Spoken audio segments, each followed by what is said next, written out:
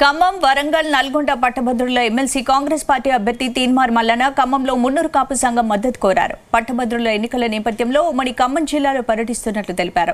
జిల్లాలోని కాంగ్రెస్ నాయకులతో పాటు వివిధ కులాల సంఘాలను, ఉద్యోగ సంఘాలను కలిసి ఓటు అభ్యర్థించారు.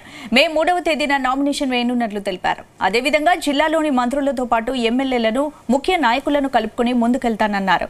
ఒక విడత ప్రచారం చేశానని, ఇప్పుడు రెండో విడత ప్రచారం కొనసాగిస్తున్నానని, మే 27న జరగనున్న పట్టభద్రుల ఎమ్మెల్సీ ఎన్నికల్లో అఖండ మెజారిటీతో గెలవనున్నట్లు ధీమా వ్యక్తం చేశారు.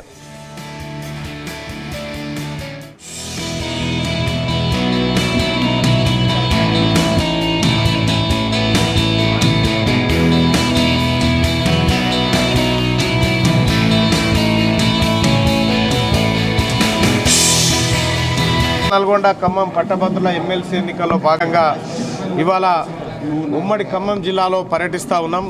ఉమ్మడి ఖమ్మం జిల్లాలో ఉన్నటువంటి కాంగ్రెస్ పార్టీ కార్యకర్తలతో పాటు వివిధ కుల సంఘాలను, వివిధ ఉద్యోగ సంఘాలను, నిరుద్యోగ సంఘాలను కలవడం జరిగింది. రాబోతున్నటువంటి పట్టభద్రుల ఎమ్మెల్సీ ఎన్నికల్లో మే 3 తారీఖు రోజున కాంగ్రెస్ పార్టీ అభ్యర్థిగా తీన్మార్ మల్లన్ననైన నేను నామినేషన్ వేయబోతా ఉన్నాను. అందులో భాగంగా వివిధ జిల్లాల్లో ఉన్నటువంటి మంత్రులు, ఎమ్మెల్యేలను, అలాగే ముఖ్య నాయకులందరినీ కలుసుకుంటూ ముందుకు పోవడం జరుగుతూ ఉంది.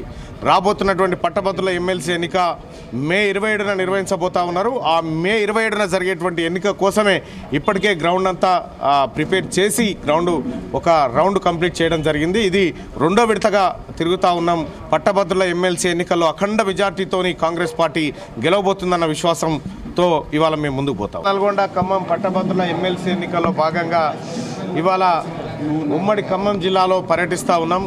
ఉమ్మడి ఖమ్మం జిల్లాలో ఉన్నటువంటి కాంగ్రెస్ పార్టీ కార్యకర్తలతో పాటు వివిధ కుల సంఘాలను, వివిధ ఉద్యోగ సంఘాలను, నిరుద్యోగ సంఘాలను కలవడం జరిగింది. రాబోతున్నటువంటి పట్టభద్రుల ఎమ్మెల్సీ ఎన్నికల్లో మే 3 తారీఖు రోజున కాంగ్రెస్ పార్టీ అభ్యర్థిగా తీన్మార్ మల్లన్ననైన నేను నామినేషన్ వేయబోతా ఉన్నాను. అందులో భాగంగా వివిధ జిల్లాల్లో ఉన్నటువంటి మంత్రులు, ఎమ్మెల్యేలను, అలాగే ముఖ్య నాయకులందరినీ కలుసుకుంటూ ముందుకు పోవడం జరుగుతూ ఉంది. రాబోతున్నటువంటి పట్టభద్రుల ఎమ్మెల్సీ ఎన్నిక మే 27న నిర్వహించబోతా ఉన్నారు. ఆ మే 27న జరిగేటువంటి